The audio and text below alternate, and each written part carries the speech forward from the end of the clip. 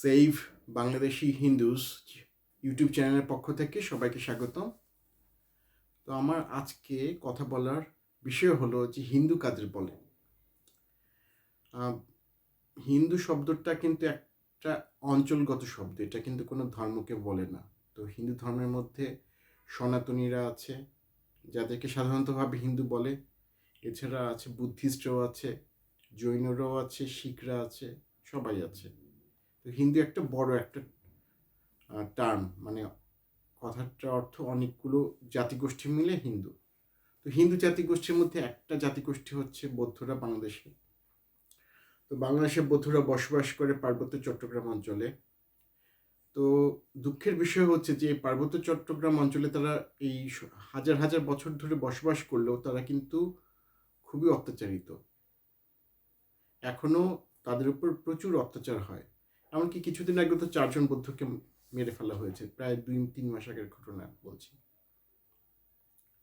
তো এই পার্বত্য চট্টগ্রামের 3টে জেলা, রাঙ্গামাটি, খাগড়াছড়ি ও বান্দরবন, এই 3টে জেলা 1947 সালে ভারতের মধ্যে যুক্ত হওয়ার কথা ছিল। কারণ এই এলাকার 98% মানুষ ছিল অমুসলিম, মাত্র 2% মানুষ ছিল বাঙালি মুসলিম। এই 98% মানুষ যেহেতু অমুসলিম ছিল, তো এটা তো ভারতের মধ্যে যাওয়ার কথা ছিল। পার্বত্য চট্টগ্রামে 1947 সালে 15ই আগস্ট প্রথমে ভারতের পতাকা উত্তোলন করা হয়। তার 2 দিন পরে 17ই আগস্ট পাকিস্তানে পতাকা উত্তোলন করে পার্বত্য চট্টগ্রামকে পাকিস্তানের মধ্যে ঢুকিয়ে দেওয়া হয়। সে 1947 সাল থেকেই পার্বত্য চট্টগ্রামের অধিবাসীরা মানে খুবই দুঃখ কষ্টের মধ্যে আছে। তো তাদের নেতা ছিল স্নেহ কুমার চাকমা। 1947 সালে উনি ভারতে চলে গিয়ে নেহেরুর সাথে দেখা করে বলেছিল যে, নেহেরু সাহেব, আপনি পার্বত্য চট্টগ্রামে ভারতের সেনাবাহিনী পাঠিয়ে দেন, আমরা ভারতের সাথে যুক্ত হতে চাই। কিন্তু নেহেরু সেনাবাহিনী পাঠায়নি।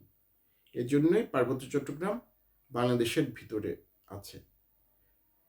মানে সবার মনে তো একটা প্রশ্ন থাকতে পারে যে কিভাবে 98% অমুসলিম অধ্যুষিত একটা এলাকা কিভাবে মুসলিম পাকিস্তানের ভিতরে ঢুকে পড়ল, মুসলিম পাকিস্তানের অংশ হলো। এটা অনেকের মধ্যেই প্রশ্ন আসতে পারে।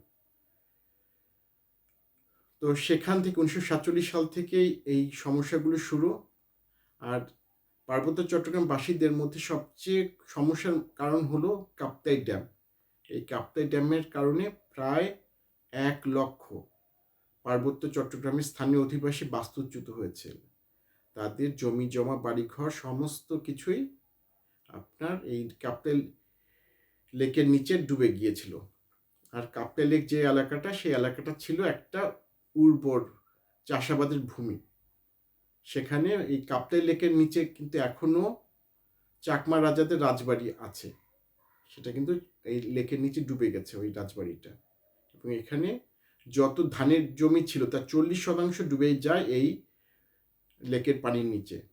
সেখান থেকে অনেক চাকমা, মারমা, বিভিন্ন উপজাতি, বৌদ্ধ ধর্মাবলম্বী তারা বাস্তুচ্যুত হয়। এবং তাদের মধ্যে প্রায় 40% মানুষ যারা বাস্তুচ্যুত হয়, তাদের প্রায় 40% মানুষ ভারতে গিয়ে আশ্রয় লাভ করে। এখনও ভারতের বিভিন্ন রাজ্যে, বিশেষ করে ভারতে অরুণাচল প্রদেশে অনেক চাকমা বসবাস করে, যাদের আদি নিবাস ছিল বাংলাদেশের এই পার্বত্য চট্টগ্রাম জেলা। তারা ভূমিহীন হয়ে তারা চলে যায় ভারতে অরুণাচলে। এছাড়াও ভারতের ত্রিপুরা রাজ্যেও অনেক চাকমা বসবাস করে। তো এই কাপ্তাই জলবিদ্যুৎ প্রকল্প সেটা হয়েছিল পাকিস্তান আমলে। তো পাকিস্তান সরকার চাকমাদের তেমন কোনো ক্ষতিপূরণ দেয়নি। তো সেখান থেকে অনেক চাকমারা ভূমিহীন হয়েছে। একসময় পার্বত্য চট্টগ্রামে অমুসলিমদের সংখ্যা ছিল 98%। এখন ওখানে অমুসলিমদের সংখ্যা 50%-এরও কম। তাহলে আপনারা বোঝেন কিভাবে ওখানে এথনিক ক্লিনজিং, মানে গণহত্যা বলেন অথবা মানুষজনকে তাড়িয়ে দেওয়া হয়েছে। তো বাংলাদেশের মানুষ তো প্যালেস্টাইন অনেক কিছুই বলে, গাজার কথা বলে, ইসরায়েল প্যালেস্টাইনের সমস্যার কথা বলে, কিন্তু বাংলাদেশের ভিতরেও যে একটা ইসরায়েল প্যালেস্টাইন আছে, একটা যে গাজা আছে পার্বত্য চট্টগ্রাম, সেটা কিন্তু কেউ বলে না। কারণ ওখানকার আদিবাসী মানুষ যারা তাদের নিজের এলাকা থেকে উচ্ছেদ হয়েছে, তাদের সংখ্যা ক্রমাগত কমে গেছে। এছাড়াও যেটা হয়েছে, জিয়াউর রহমানের সময় বাংলাদেশের বিভিন্ন এলাকা থেকে মুসলমানদের এনে এনে পার্বত্য চট্টগ্রামে বসতি স্থাপন করতে দেওয়া হয়েছিল। তাদেরকে সরকার থেকে ফ্রি রেশন দেওয়া হতো, মানে পার্বত্য চট্টগ্রামে আসলে ফ্রি খাবার খেতে পারবে, ফ্রি জায়গা পাবে। এভাবে পার্বত্য চট্টগ্রামের জনবিন্যাস পাল্টে দেওয়া হয়েছে। তো এই বিষয়গুলো নিয়ে বাংলাদেশের মানে মূলধারা গণমাধ্যম বলেন, বাংলাদেশের বুদ্ধিজীবীরা বলেন, কেউ কথা বলে না, কারণ সবাই চুপ। কিন্তু সত্যই আমি যে কথাগুলো বলছি, এটা কেউ যদি মিথ্যা প্রমাণ করতে পারে তো আমি যে কোনো শাস্তি মাথা পেতে নিতে রাজি আছি। তো এটাই হচ্ছে সত্য কথা। একসময় যারা ছিল সংখ্যাগুরু, যে পার্বত্য চট্টগ্রামের উপজাতীয়রা, তারা আজকে সংখ্যালঘুতে পরিণত হয়েছে। এভাবেই সাম্রাজ্যবাদী শক্তিগুলো জায়গা দখল করে, ভূমি দখল করে, দেশ দখল করে। আমরা এখন শুধু প্যালেস্টাইনের কথা বলি, গাজার কথা বলি, কিন্তু আমাদের নিজেদের দেশের গাজা, নিজেদের দেশের প্যালেস্টাইনের কথা আমরা নিজেরাও চোখে ফিরে তাকাই না, ওদের কথা বলি না, ওটা ভুলে যাই। আমরা মুসলমানদের দুঃখ কষ্টের কথা বলি, এটা বলি, কিন্তু মুসলমানরা যে অন্য জমি জমা দখল করে নিচ্ছে বাংলাদেশে, সেটার দিকে আমরা চুপ থাকি। তো এটাই হচ্ছে স্বার্থের কারণে আমরা এক পক্ষের কথা বলি, আরেক পক্ষের কথা বলি না। আমরা সবসময় আমাদের নিজেদের স্বার্থটাকেই দেখি। তো আশা করি আমার এই চ্যানেলটা সবাই সাবস্ক্রাইব করবেন।